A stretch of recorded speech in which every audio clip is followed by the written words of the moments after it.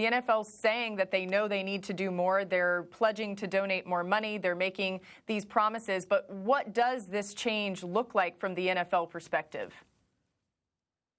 Not much. More the same. I mean, I think that's what you peel from it. There is a players' coalition that exists. There was a negotiation that generated about $89 million in the aftermath of Colin Kaepernick protesting. Did that stop Eric Reid from confronting Malcolm Jenkins on the field? Did it stop him from accusing Malcolm Jenkins and others for hijacking what they perceived as being their movement? No, it did not.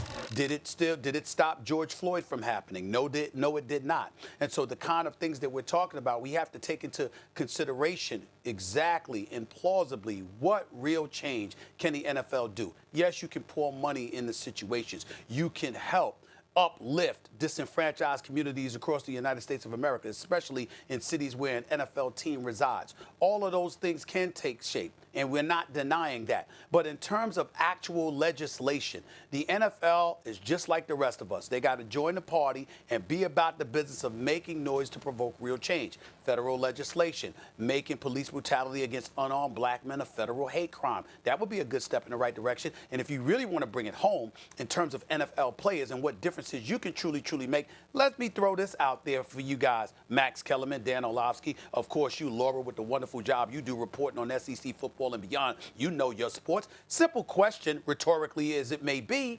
what if the NFL players insisted that diversity needed to be an issue that was more forcefully addressed? That the Rooney Rule itself isn't going far enough? What if the NFL opened the floodgates to this good old boys network and allowed some majority ownership to come into the fray?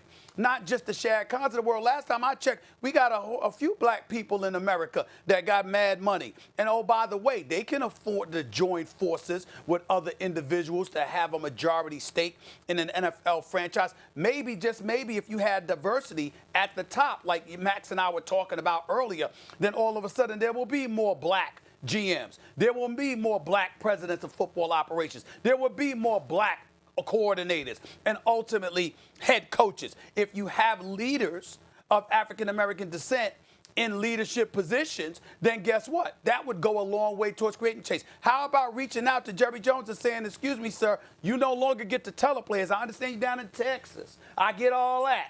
I understand it, but these are different times, and you don't get to tell the players. You don't protest. You're not kneeling. If it affects my bottom line, it's going to affect your bottom line. You got to stand back because they ain't you. They ain't in their 70s. They ain't from the South, Arkansas, and now living in Texas and all of this other stuff.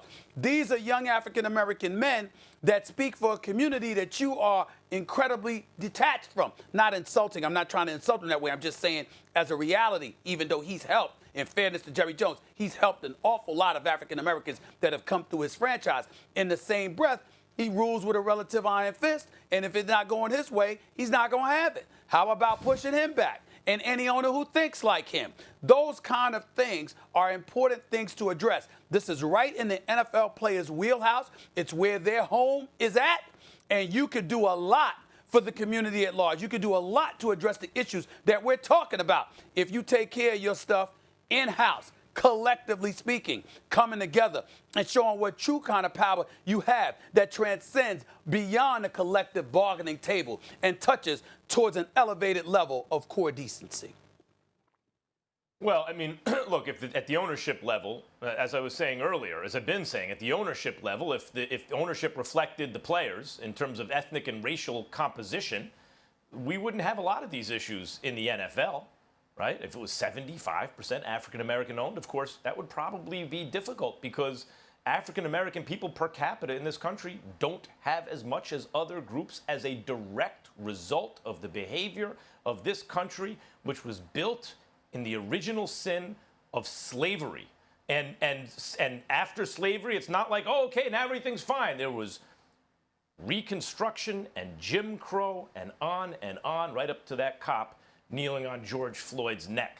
So you're absolutely right, Stephen A. The players should bring pressure to bear, as should we all, for more, not just capital D diversity. Well, there's a Pakistani-American owner. One team is owned by a couple who the woman is a Korean-American. No, African-American ownership in the NFL is what we're talking about.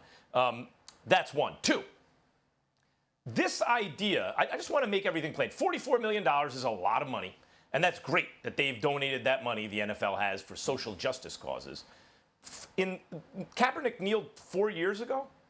I didn't major in math, but yes, 44 million 2016. divided by 4 seems to be, that's right, about 11 million to me. And if my calculations are correct, that's less money per year than the transition tag for a defensive tackle.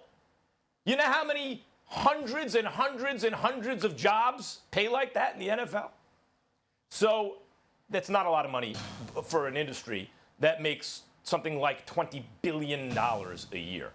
It's not, and in fact, to me, it looks suspiciously like they've run the numbers, they've done the math, and found out that this is the least amount they could possibly give in order to use it as a PR number later on to try to take some heat off, which is usually the kind of decisions the NFL seems to make based on their bottom line. How can we optimize profits here, maximize profits? Well, we could point to 44 million. It ain't a lot, and it's not nearly what they felt, although probably incorrectly, the losses would have been had Kaepernick had a job. And the big message that the NFL owners sent by not giving Kaepernick a job is stay in your place. There will be a price to pay. You do not express your political ideas on an NFL field. You only parrot our political ideas by standing for the anthem on an NFL field. That is really important.